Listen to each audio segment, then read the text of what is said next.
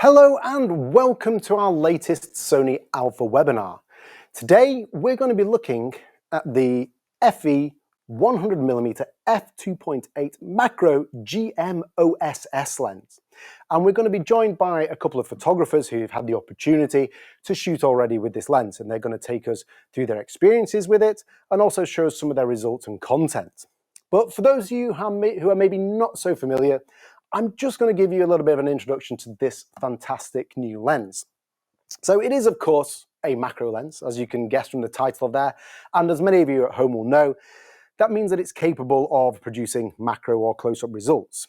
Now, stereotypically, macro lenses can produce a 1x magnification or a 1:1 magnification ratio. And that means they can project something onto the image sensor the same size that it is in real life. That's a 1x magnification or 1:1 macro.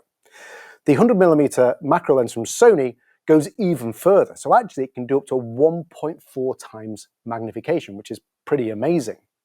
Added on to that, it's also compatible with our teleconverters. So you may know we have a 1.4x and also a 2x teleconverter within our range. These are compatible with the 100mm macro. And as well, of course, increasing the focal length, they also increase the magnification. So if you attach the 1.4x teleconverter, you get up to a 2x magnification. And with the 2x teleconverter, you get up to a 2.8x magnification. So you can have something project onto the image sensor, which is almost 3 times as large as it is in real life, giving you amazing details in shot and amazing capability.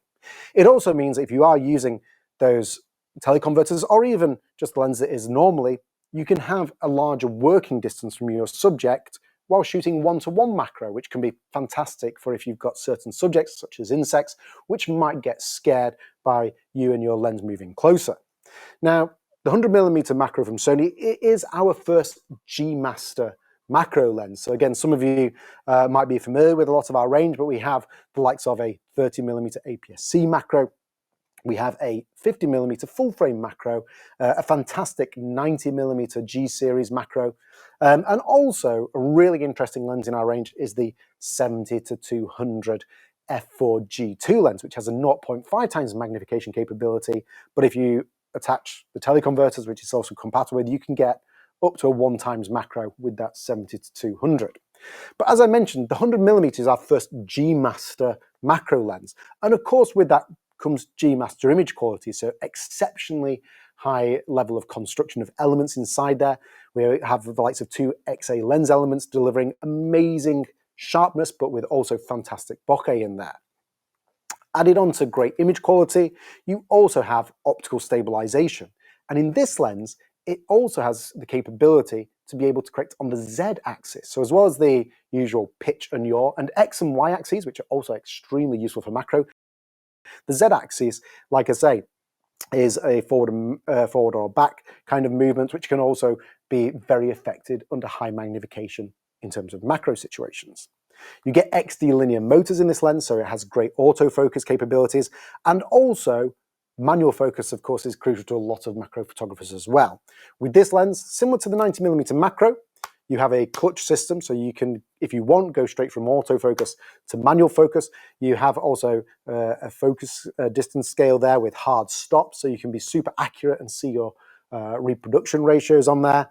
And you also get a lot of switches on here, so focus range limiters. We also have full-time direct manual focus, so you can be in full autofocus and then just override it into manual focus if you like, as well as having our iris control if you want from the lens. You can also set it to the body, and an iris lock so you can make sure you don't accidentally go into body control or accidentally onto lens control as well. Now this lens, like I say, is launched into the market, giving great capability in terms of image quality and capability and operation. But rather than hear me talk about it, let's introduce a couple of guests who've already had the opportunity to be able to shoot with this lens, and let's get their opinions on it as well. So I'd like to introduce you to Petar Sabol and also Kyle van Bavel. So hello, guys. Hello. Now, as a first point, like I say, you guys have had the opportunity to shoot with this lens already, but I would like our audience at home to get to know you a little bit first, in case they're not familiar with your work. So starting off with you, Petar, can you tell us a little bit about yourself? What kind of photography you do? Maybe some of the gear you use, maybe how you got started in photography, your photography journey, and if there is such a thing as a typical day for you with photography, kind of what that looks like. Well, hello everyone. So let's go from the start. So my start was actually at the start of Sony Alpha.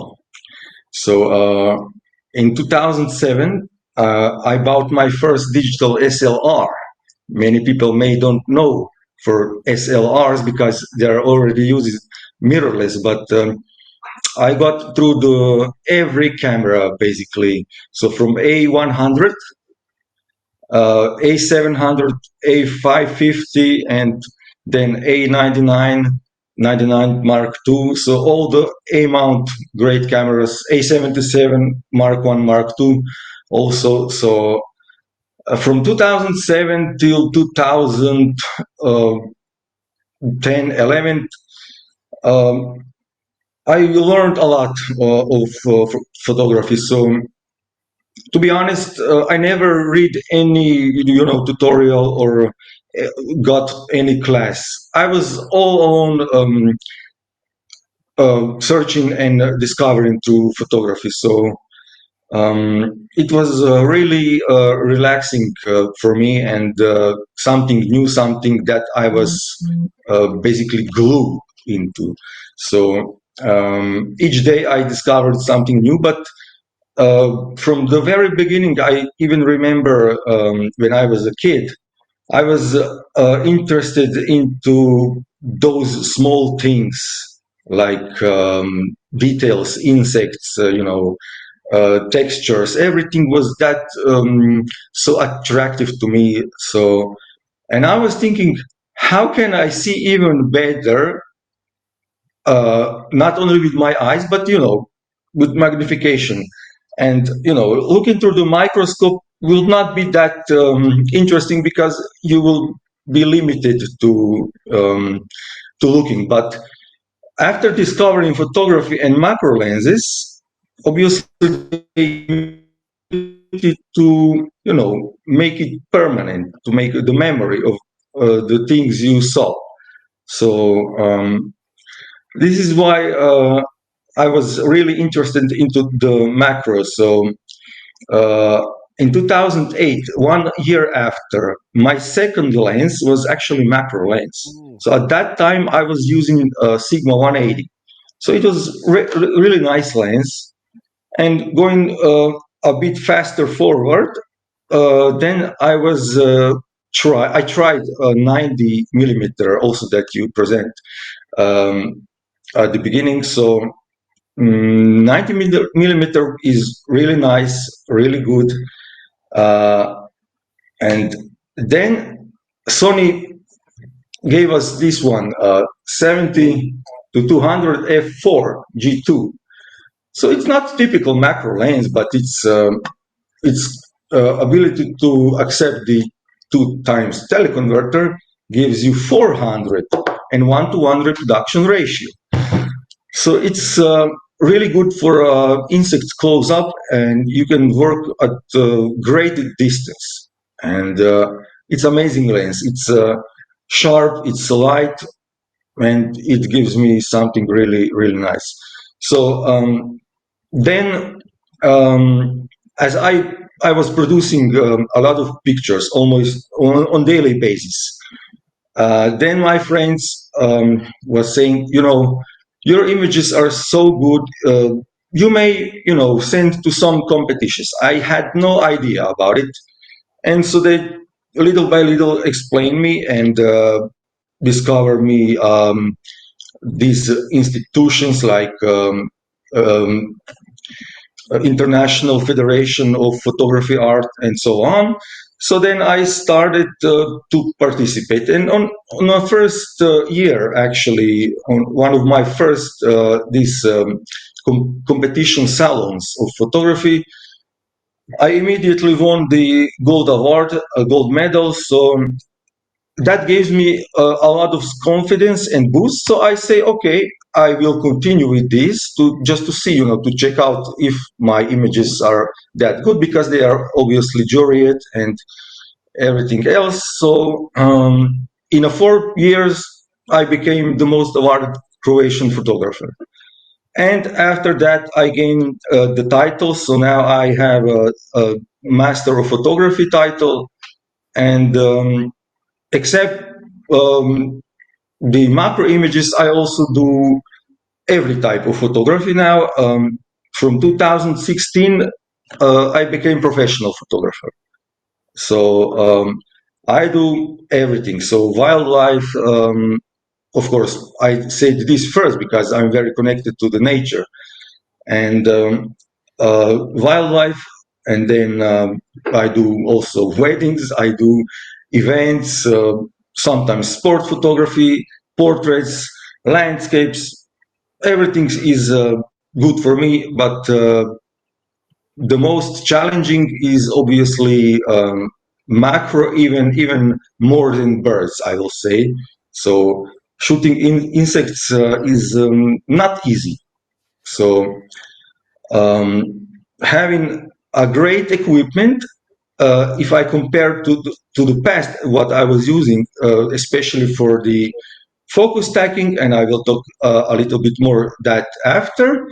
Um, Now it's much more easier. So thank you, Sony, that you gave us this opportunity and these features. So now we can use it much better and efficient than in the past. Because in the past I was needed to bring along with me the electronic macro rails, external battery, cables, all that things.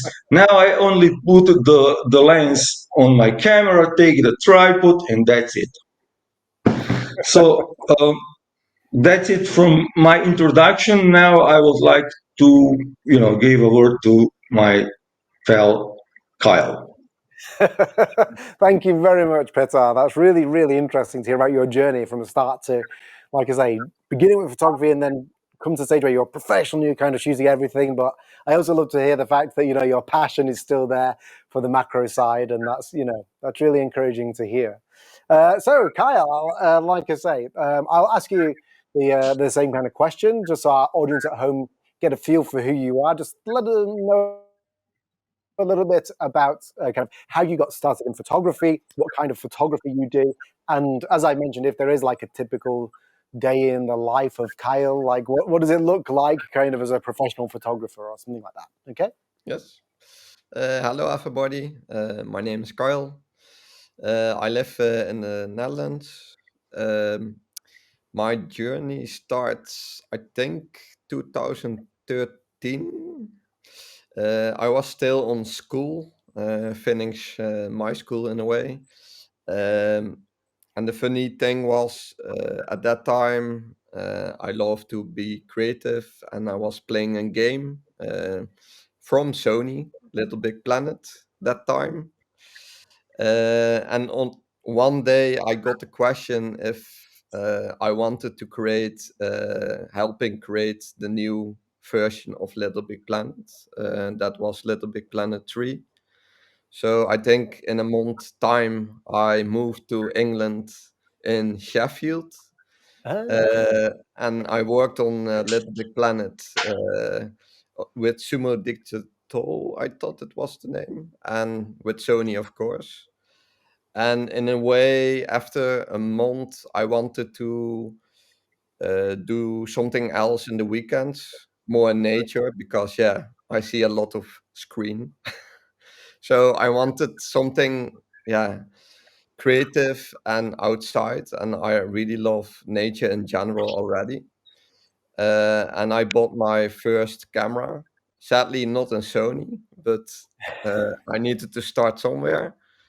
Uh, but in a way, there started my adventure in a way, like exploring what I like. And I think I saw some macro image, and I was like already like I need to do this too, and trying. and I thought I bought maybe a year later the Sony A7 II. Is that correct? Yeah. Yes, yeah. With the macro lens. So I was straight to the macro. And yeah, I was just trying and learning myself how that work and what Petar said. Like I love textures too and the colors and just getting close because yeah, normally we pass by and I just like to walk and see like new things on the path or in the tree or on the ground. So yeah, that's why I love macro. And yeah, in that way my adventure just started after that working hours just going out. Oh, well, thank you very much. Now, both of you have had the opportunity, of course, to shoot with our 100mm macro lens. So I'd just like to ask you, first of all, what were your first impressions of the lens? So, Petar, I mean, like I say, maybe we'll start with you. Like, I say, what did you think about the lens when you heard about it, or when you got it and started to use it? Well, I was really excited. Jazz didn't tell me too much details, but then when I got it and I tried first time, in hand it was wow, this is really light. So and everything was there, but the most interesting feature for me was 1.4 to 1 magnification ratio. So I thought, well, let's see. Then I put the lens on the camera and I tried just, autofocus, even though I don't generally use autofocus much on the macro lenses, but it was lightning fast. So I started, from the minimum focus distance to infinity. It was amazingly fast. So, wow, what they done. So it was really, really, I was really positively, impressed and still am. So the build quality, everything is just perfect to say. And then at the first try for the insects, so let's see how lens behave with the sharpness. So normally I always use the 2x teleconverter with the lens because uh, I need more distance and more background blurs and to say more compression of the background. So the lens itself, with or without teleconverter, it doesn't suffer from any sharp. I don't know how Sony managed to do it, but it's doing already for years, and I'm still, impressed with the performance because in the past, if you put the teleconverter, you will lose this and that. Now this story doesn't go anymore. So there is no chromatic aberrations. Even if you zoom in 300% and you still have perfect details. So at any aperture, even wide open, it's amazing. So this is really a GM lens. So it's a joy to use, in short. And well, what can I say? It's amazingly sharp. It's every aspect. If you want to find anything that is not good, you cannot, because the lens is so good that I really don't have any complaints. So my only wish for the future is to get 200 native and to be able to use with the teleconverters. So having 1.4, it's really the most interesting feature to me. And I then immediately put the 2x, and I was going close and closer and closer. And I was amazed. Wow, this is almost like 3:1 ratio. So it gives me like 1 centimeter life size uh, projected on the whole sensor. So now with this combination, we can discover and see details that we cannot see with the naked eye. So it's almost like having a microscope. So I'm going to show you in the with the pictures, with the samples, especially the details of the compound eyes of the dragonflies, the butterflies, their scales. Everything is so clean, sharp, and interesting. Because you can now discover new worlds. If you didn't yet, now you can do it really, really nice. And that's it. I think lens is really superb.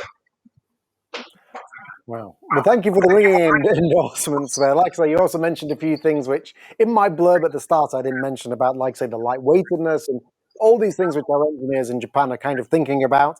I'm sure they'll also be watching this webinar, so they'll be listening to your requests for future products. So thank you for making those, and I'm sure they'll be taking those into consideration. Kyle, what about you? What did you first think of the lens when you got it, and how did you find to use it? Yeah, when I got it, indeed, it was like the lightweight that was already like there. So that was already really nice because I don't use tripods. And maybe the funny thing is I'm using a lot of autofocus. So for me, it was that a really nice challenge to use that. And indeed, the lens is like really quick with focus.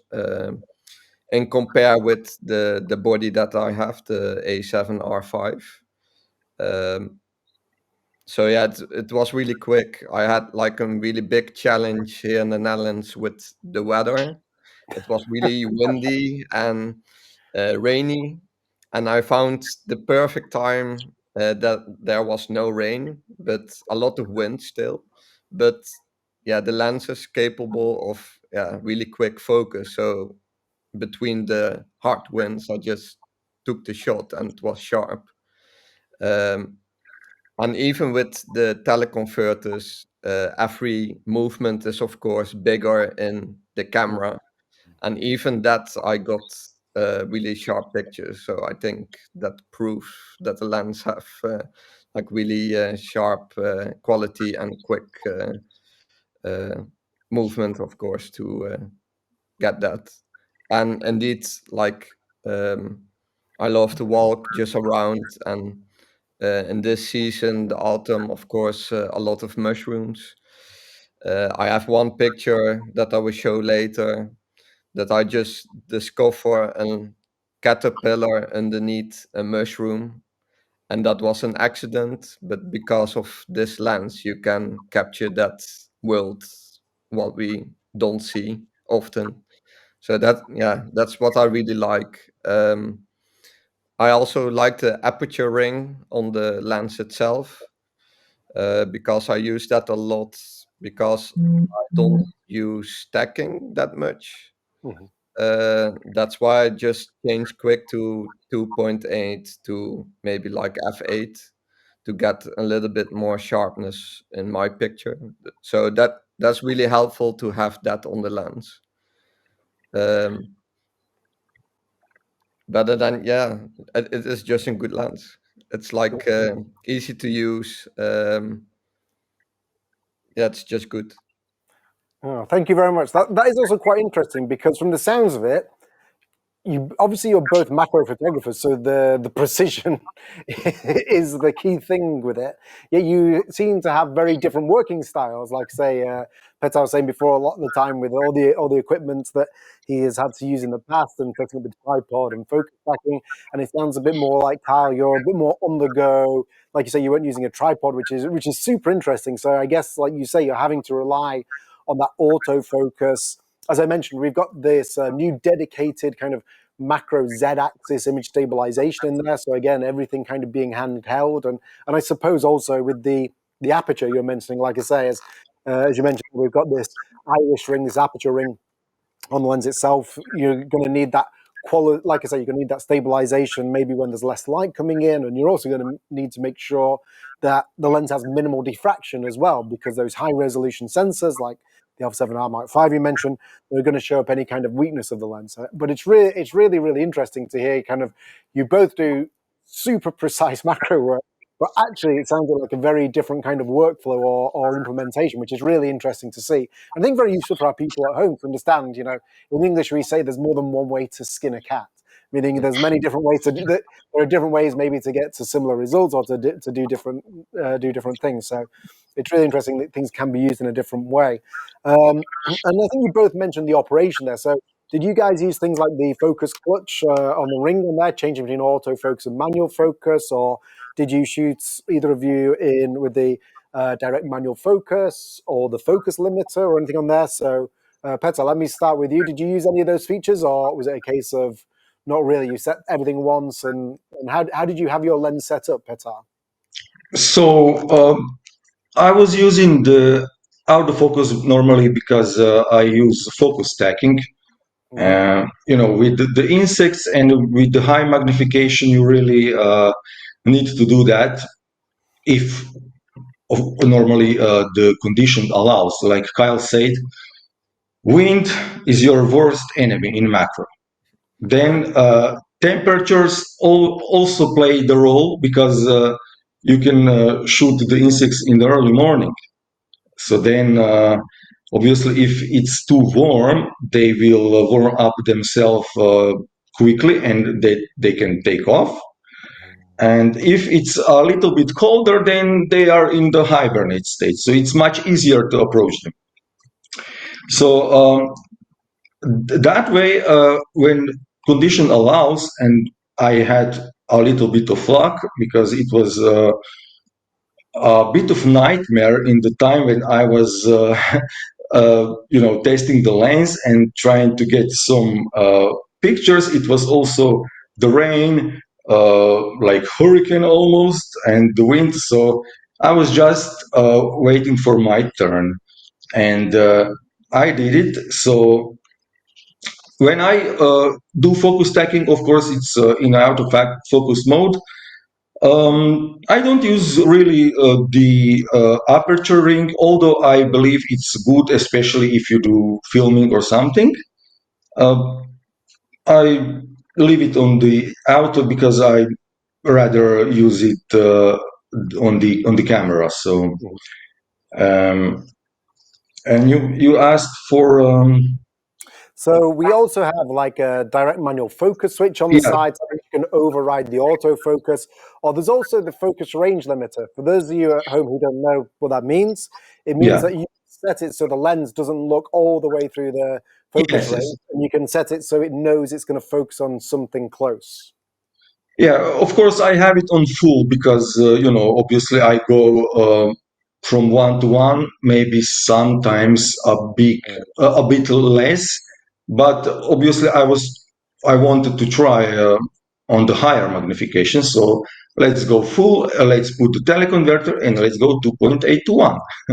So um, that's it. Basically, all the switches are on default to say position. So yeah, but it's I'm very familiar with all of this, so it's a joy to typical master lens to say, but really light, very light.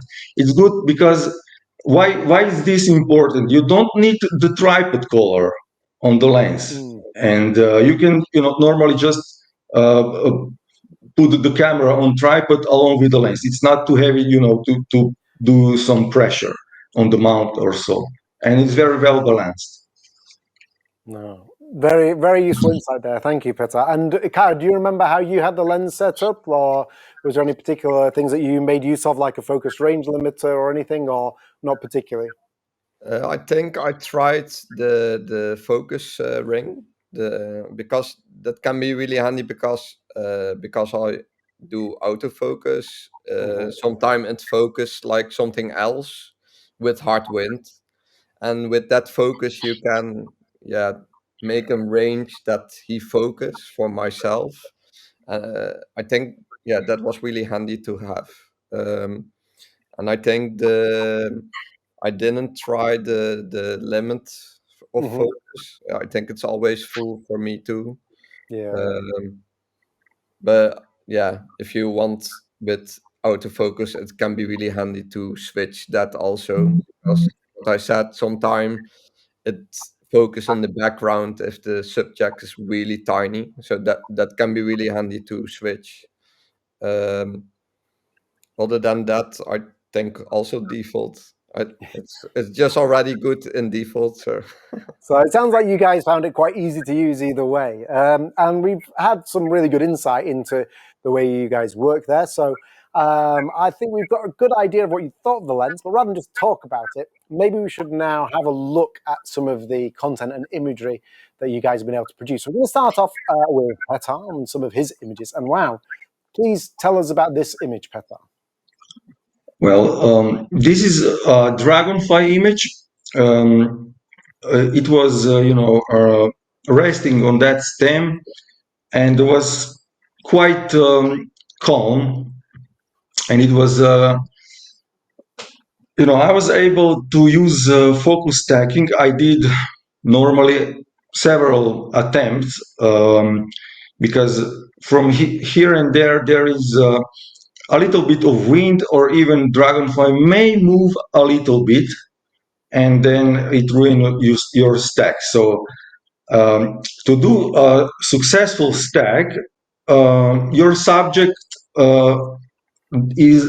needs to be still, very still. So, but you cannot tell, hey, insect, you have to stay calm now, don't move. Then wind comes and you are done. So this is important why you have to do several stacks just in order to be sure that after, in post-processing, you can have good picture. So I did it here, as you can see, from the beginning of the wing to the very last, to the tail. Everything is in depth of field, and the sharpness is also amazing. And I always tend, to have the clean background, and while using the focus stacking technique, you can also choose the aperture, so you don't need to close the aperture too much, because anyway it doesn't make any difference for the sharpness. It's sharp from the very beginning, from wide open.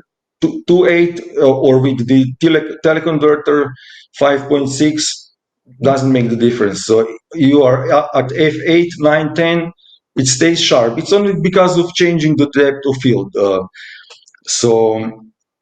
But generally I use around f8 to 10, but it all depends on how much light you have or so, because I don't use flash.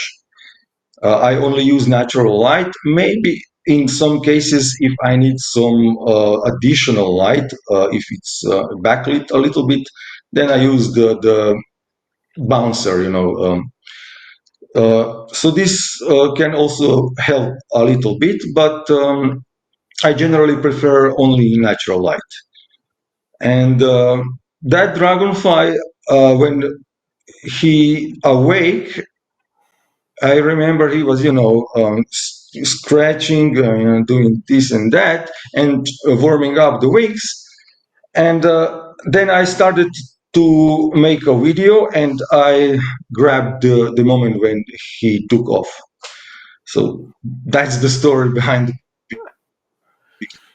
No, it's really beautiful. And also, we can see there what you were telling us about before, that you like using the teleconverter with the compression, and you can see there your background. It looks beautiful. I really love the fact you've got the slight two colors in there, the blue towards the top, the green behind, but it just makes it stand out beautifully with that gorgeous color palette behind it. It's really nice. Let's have a look at another one of your photos, please. Okay. So now, yeah, the praying mantis. Many people are scared of them, but she was very interesting to me. Luckily, she was, moving around the stem, and at some point, she got calm. So I tried normally single shots, and as she was, standing still, then I did the focus stacking. Oh yeah, sorry, I forgot to tell that on the first image of the dragonfly, I have used 100 images to Okay, get, yeah. to get the single composite of the images. So let me check. I think this is not as much on the praying mantis, of course, but I use here only 37. Only, yeah, it's really not too much. So because now these operations goes really quick compared to the older days. Well, it's a day and night difference because uh, as the autofocus motors are obviously very, very quick, and this also helps with the focus stacking. So you just go and you're done.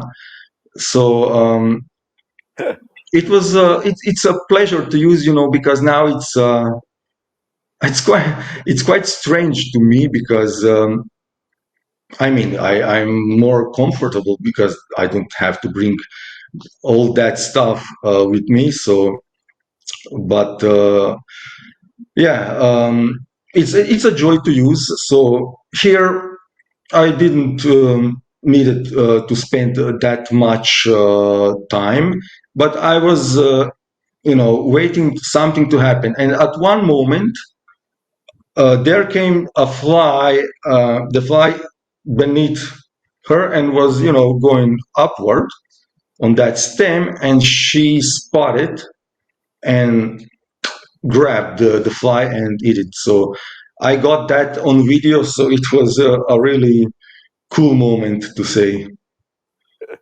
Well, you're putting me to shame here, Petar, because I've also not mentioned that, of course, you can get great video with this macro lens, and I haven't mentioned that at all.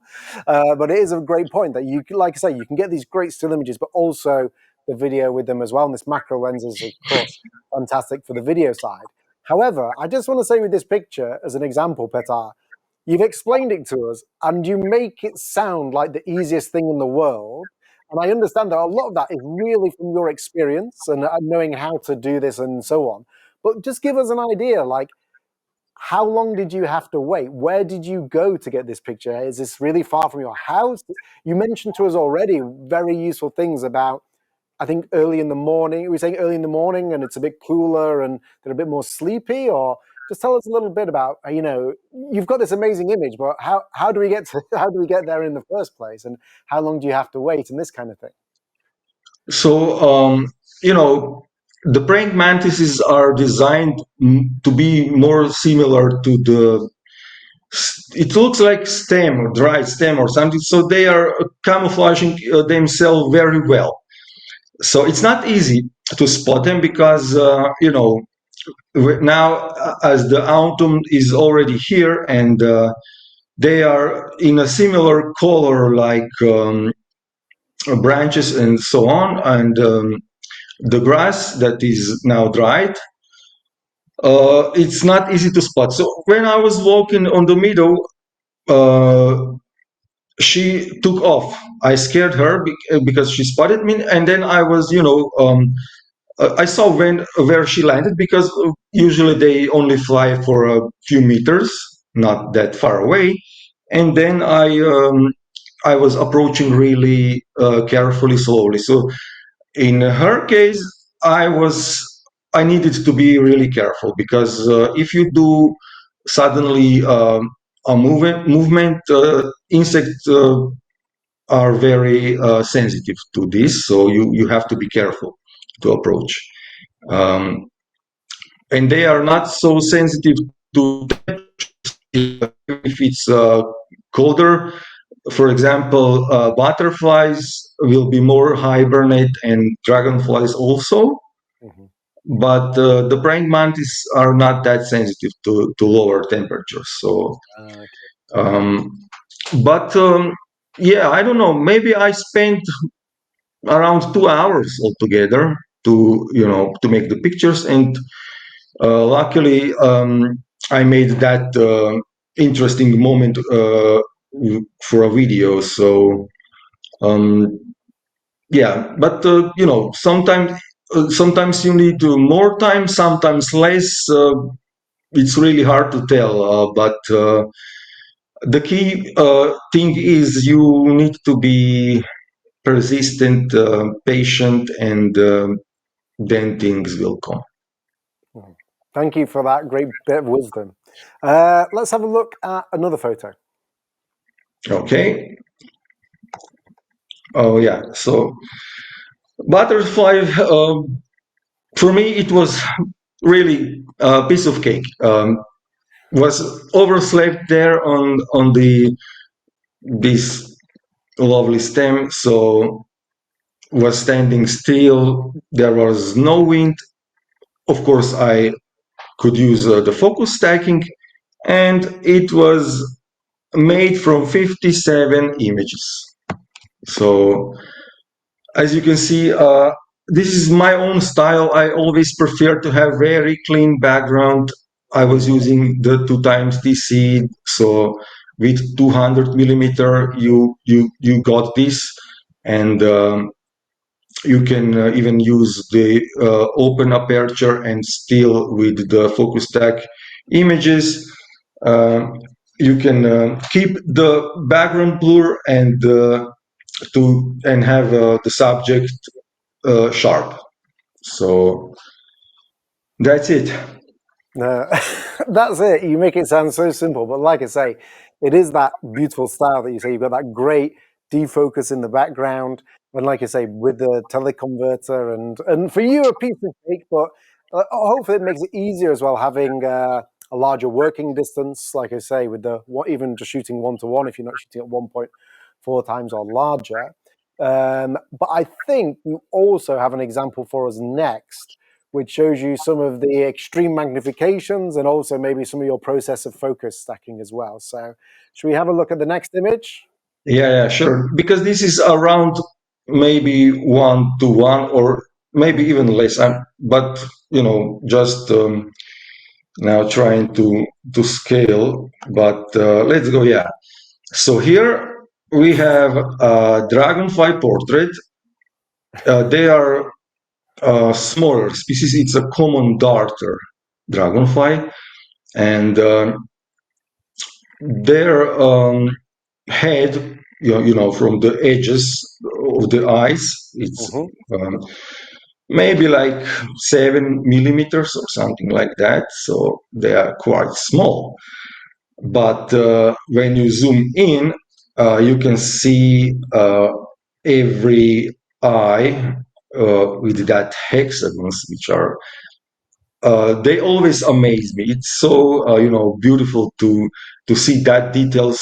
Normally, you cannot see with the naked eye, but adding this two times teleconverter to the lens, you get 2.8, almost like 3:1 magnification.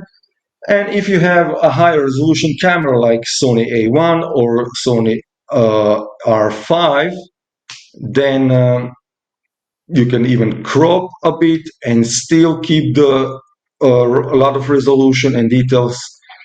So yeah, it's a beautiful combination to use for a macro photography now. And also, yeah, I need to do several stacks because I learned that from time to time, it's not a rule, but every 1 minute, this dragonfly did some kind of movement, like moving a bit, you know. So, of course, the whole operation didn't last so long, but I was, you know, trying to look at him, not taking pictures, but trying to, when he moves, and okay, I see you, now you did it, so now I'm free to go. So then I start the focus stacking operation or a focus bracketing. And this image is made from 90 images. You know, actually a lot of work in post processing because you then convert RAWs and all that images you have to stitch into one universal and then to finalize the pictures. So a lot of work after and a lot of gigabytes. So I know that when I was doing the project, I did like 1 terabyte of pictures altogether, but of course I deleted the RAWs and everything after. So, but I have to show you. So here is only one single image. So you see why the focus stacking technique is really welcome, and I would say it's mandatory because the depth of field is so tiny. So even if you close aperture at that magnification, it won't help you too much. And of course, you will lose a lot of light, and then obviously you will have to either lower the shutter speed or bump your ISO. So there is always some, you know, sacrifice for the image, but yeah, these are samples of the shallow depth of field of the single image. So if you are able to use the focus bracketing, focus stacking, you are very welcome to do so, because at the end of the day, you have these nice pictures where everything is sharp and you still have background blur. So normally I do this every time, and of course I plan my macro shooting days before, because you obviously have to look for the forecast. So it's if there is wind, you just better give up. You better sleep longer and don't try, because you will have only frustration. So it's if you want to be serious macro photographer, you need to plan and hope there will be no wind, but there is always some little bit. And of course, at one point you will get the period when there will be everything still. Even if it's only 1 minute, it's still enough. So sometimes I had, I had to wait for maybe 15 minutes just, to try to start the process. So, and then hope for the best. So my advice also is to do several stacks, because after you look at the picture, oh no, here is a movement, oh no, here is a blur because something has moved, and you don't want to have that when you came home and check after the pictures. So that's the thing. And the example of the shallow depth of field, I think the focus stacking makes a big difference. It definitely does. So thank you so much for that explanation there. And I think a lot of our audience at home will be very familiar with focus stacking, but as Petar was explaining there, because of that close focus distance and also the high magnification of macro lenses really creates an even shallower depth of field to blur out the background.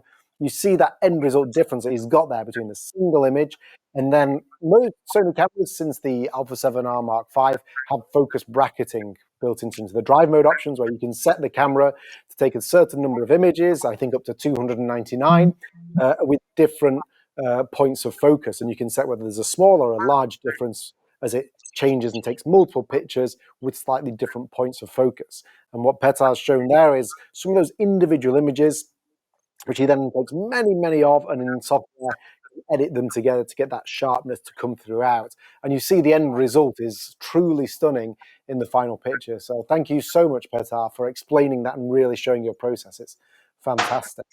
Shall we move on, I think, to your final image? Yeah. So this is the final image, yeah, and yeah, this one. Beautiful. Thank you. So you see colors and details are amazing on that dragonfly photo. This is maybe a little bit bigger than the species before. I don't know exactly what kind of is it, but is male for sure and girls. Okay, and you see, I use the highest magnification here, and that dragonfly was quite still holding itself on the stem. So I used here 138 images, but I think I did maybe 3 sets and then checked on the camera, through the pictures and see, okay, this will be very good. I didn't have any movement, so it was really a nice time that morning. And I did it, not much effort to put on the, but the end result is really, how to say, it's amazing because when you zoom in, you can see so many details, even on its hair or especially on the eyes. It's amazing. And, only single image, wherever you put the focus, it will give you just too tiny depth of field. So doesn't do the justice for me. So I really had to use the focus stacking. And luckily, it's not too much time consuming because the lens and the camera itself, of course, it all also depends on your shutter speed. But if your subject is still, you can use basically quite slow shutter speeds from 1 of 10 seconds to maybe 1/50 or 15 of seconds. So it's not fast, but if your subject is not moving, and normally you shoot them when they are not moving, it's manageable to get that results. Also, yeah, there is some light loss when you are at higher magnification. Obviously, it's the law of physics, but as the cameras are also superb with their sensor performance, there is no issue if you use higher ISO, so details are still there, so no worries for me. It is a really stunning picture. Like you say, the hairs on there, all the tiny details, and the colors are absolutely amazing. It's a fantastic picture to finish on. So thank you so much. And thank you really for also explaining your process around all these images as well. So from there, we're also going to now move on to see some of Kyle's images, also, of course, shot with the 100mm macro lens. So, Kyle, please tell us about this first image. Yes, this was my first try, I think, in a garden because the flowers are almost over here in the Netherlands. So it was looking for nice colors.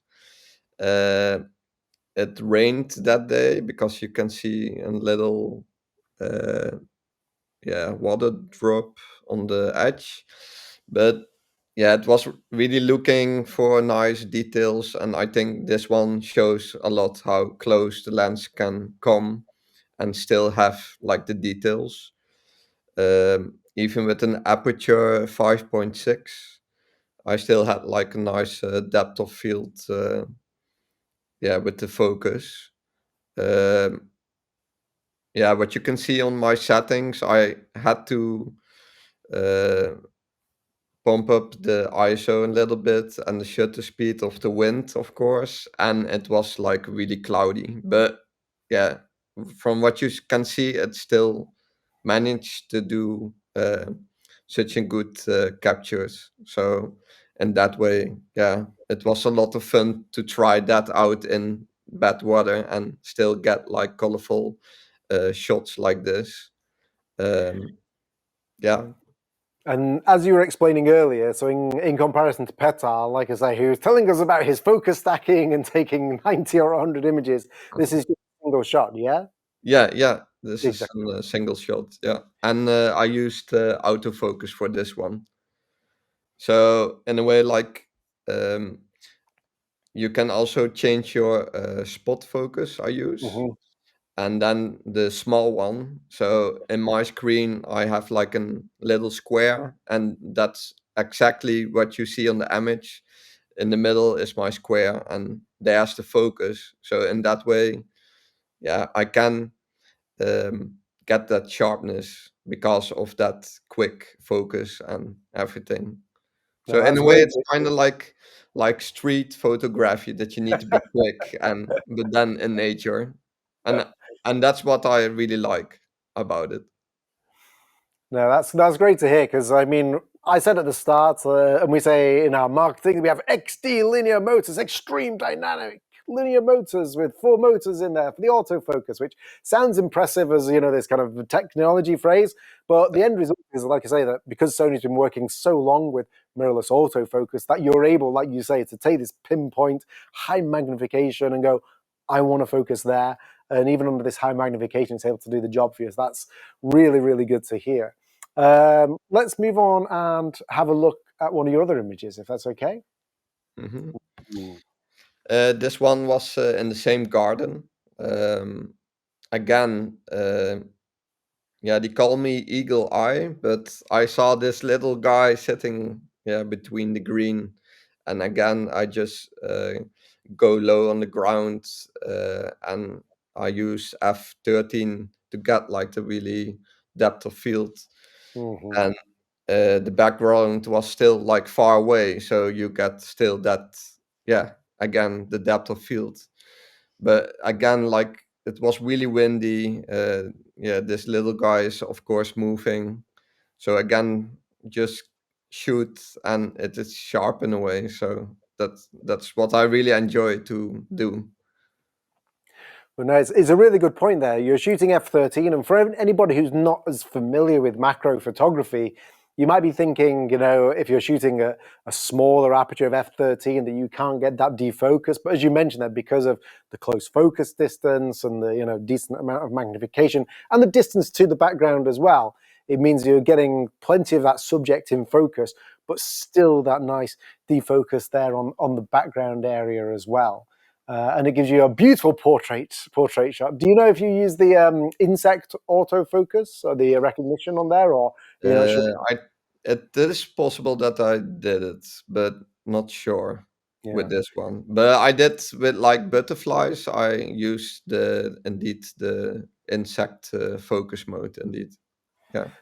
So again, so for those people at home, a lot of our more recent models with our AI processor built into them They have the capability to recognize insects, insects' bodies, insects' heads, and also we've done firmware updates for a lot of our cameras, so they've got an auto mode on there as well. So you leave it in auto, and if it sees an insect as well, it should be able to recognize it as an insect as such. And hopefully, those times when, as Kyle mentioned, I mean, I live in the UK, so I'm aware of what not great weather is, what a bit of windy weather is as well, and that kind of high magnification, close focus. Hopefully, that will help a lot of users out there, as well as not just, like I say, a high quality lens, but also working together with the Sony body to try and grasp the autofocus on there. But again, it's a beautiful portrait of this little guy. Should we have a look at another picture? Yes. Ooh. This one, again in the same garden. This one was a dahlia flower. I love them because of the color and the shapes. And yeah, there was like again a really tiny insect just resting. And yeah, you can create like really abstract, colorful pictures. And most people don't like insects, but I like the combination of a really nice flower and an insect because in a way, yeah, it is their home, and yeah, like to photograph that. And again, like you can see in the settings, in a way, everything is quite high because of the weather. But yeah, again, still like really sharp, and there's not really a loss in quality or anything. So Well, that's really great to hear that you're really happy with, like I say, the output of the camera, combination with the lens, even these tougher conditions. And as you said, the colors of the flower are absolutely gorgeous, but the contrast of the dark insects on there as well, like it's just making it stand out. yeah. Beautiful. And also, I love what we've seen from your images so far is that you have a lot of your pictures in the vertical orientation as well. Is that part of your style as well? Somebody mentioned it sometime, and I was thinking, yeah, in a way, that's quite right. Like in nature, everything is like a flower or anything else is like growing up. Mm-hmm. So in a way, it's true, and maybe that's why I take it in that way. And of course, it have also a little to do with social media, like Instagram. I'm really active on Instagram, so maybe that's also a point that I do that. But normally, yeah, I love going up like flowers or insects. I like that framing. I love the explanation. You're framing it just like the flower grows. That's Yeah, perfect. Let's have a look at another image, please. Ooh. this one. Yeah, again, the same garden. But this one is kind of funny because normally I don't shoot top down. Mm-hmm. Uh, that would not my tip to shoot down. But this one is like really nice because yeah, the flowers round. Inside the flower, that you have tiny flowers, and then exactly in the middle there was like an insect. Um, and again, the settings are high, ISO 100, but yeah, there's no lost in details. If you zoom in, you can still see like the hairs on the yellow flowers, and on the insect you can literally see like the tiny eyes and texture. So yeah, I was really happy to have this one. In a way, a kind of lucky shot, I need to be saying.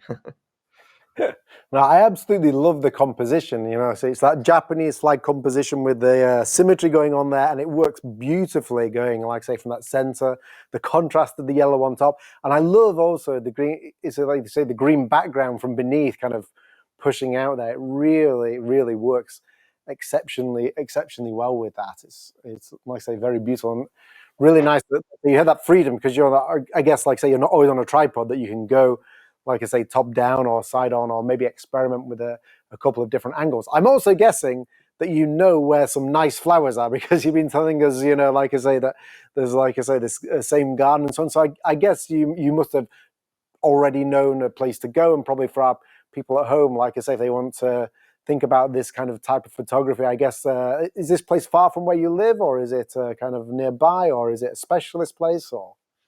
No, this one was quite close, and indeed, I knew this garden had like flowers left because like a lot of flowers are season flowers, of course. Mm. But like the dahlia is like, I think 4 months, still really nice to capture. And then indeed, I think that is the nice thing of macro, that you don't need to go far away to create really beautiful pictures. It can be even in the garden. I have like a lot of shots like from my own garden. And yeah, I think that's why I like macro a lot. There's beauty everywhere in a way. So I know. I think that's very, very true. Let's have a look at another photo, please. this one again, a dahlia flower, and again an insect. But this one, like, yeah, is kind of special. Like, it have a heart-shaped texture on the back. So yeah, I had to capture this one. So The not light is really. beautiful. Sorry, go on. No, it was just like beautiful, like the colors. Again, really tiny. When you zoom in, you can see every little detail again. Um, yeah, it was, yeah, what you said. I don't use tripods. It's, yeah, natural light. It's just point to shoot in a way. I still look, of course, to color and contrast and how to capture it. But yeah, that part I really like to do, to just go out and shoot this kind of pictures. Now, I was going to say, I really love the light that's just catching on the head of the insect here, like I say, and obviously you've made sure you're, like I say, composing it from this angle where you just see the rest of its body slightly shadowed and the head caught in there, and it's very obvious. I mean, I think we see this with a lot of different photography, but you and Petar, you're naturally considering the colors in the shot, but also the background as well. I love, again, with that slight contrast of green out in the corner, which also I really like. Not just the flower; it just gives it an extra something, and it's really beautiful. Okay, shall we have a look at another photo? Yes. This one was not in the flower garden. The autumn, yeah, started. I went to the woods and I saw this tiny mushroom. It's literally like really tiny, a few, maybe 2 centimeters or even less. And I was looking through my screen and I saw this little caterpillar underneath the mushroom. I didn't even see it with my eye. So, um, yeah, in a way, like a lucky, yeah, find, I think. But yeah, if you zoom in, you can still see the hairs on the caterpillar. And yeah, again, I think that is the power of macro photography, to, yeah, have those details in really tiny world of this. It's a gorgeous picture again, and like I said, I think what we've noticed with some of your photography here, as I've mentioned, is the fact that you're obviously very quickly moving to different angles so that you can, like I say, get those shots. So it reminds us, this kind of shot reminds us that we really need to move ourselves. Sometimes as photographers, we're very lazy, holding the camera in front of us, head height, and that's kind of it. Whereas, like I say, whether you said before, I wouldn't normally shoot down or recommend shoot down, but obviously you're exploring those different angles, and you can see that as part of your workflow, it really seems to make a lot of sense that you're going handheld. So you've got, like I say, relying on the in-body stabilization, and not necessarily focus stacking and so on and so forth, and then being able to raise the ISO if needed using the smaller aperture. And it's really, really interesting to see that kind of workflow difference between you and Petar in here as well. I think those are absolutely stunning images. So thank you, Kyle, and thank you, Petar, for sharing all of those images with us. They're truly beautiful. We're going to bring Petar back in right now, and I think we've got a really great idea of how you guys shoot, what you shoot, and also what you thought of the lens. So thank you very much for enlightening us with all that.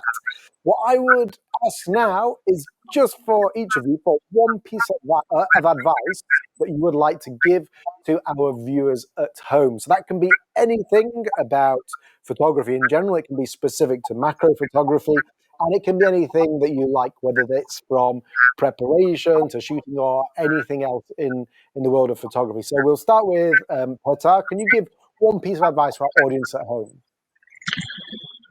Well, yeah, as I said, patience is the key, and you have to be patient,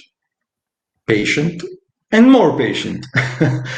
And as are my impressions with the lens are obviously very positive. My advice: go and buy it.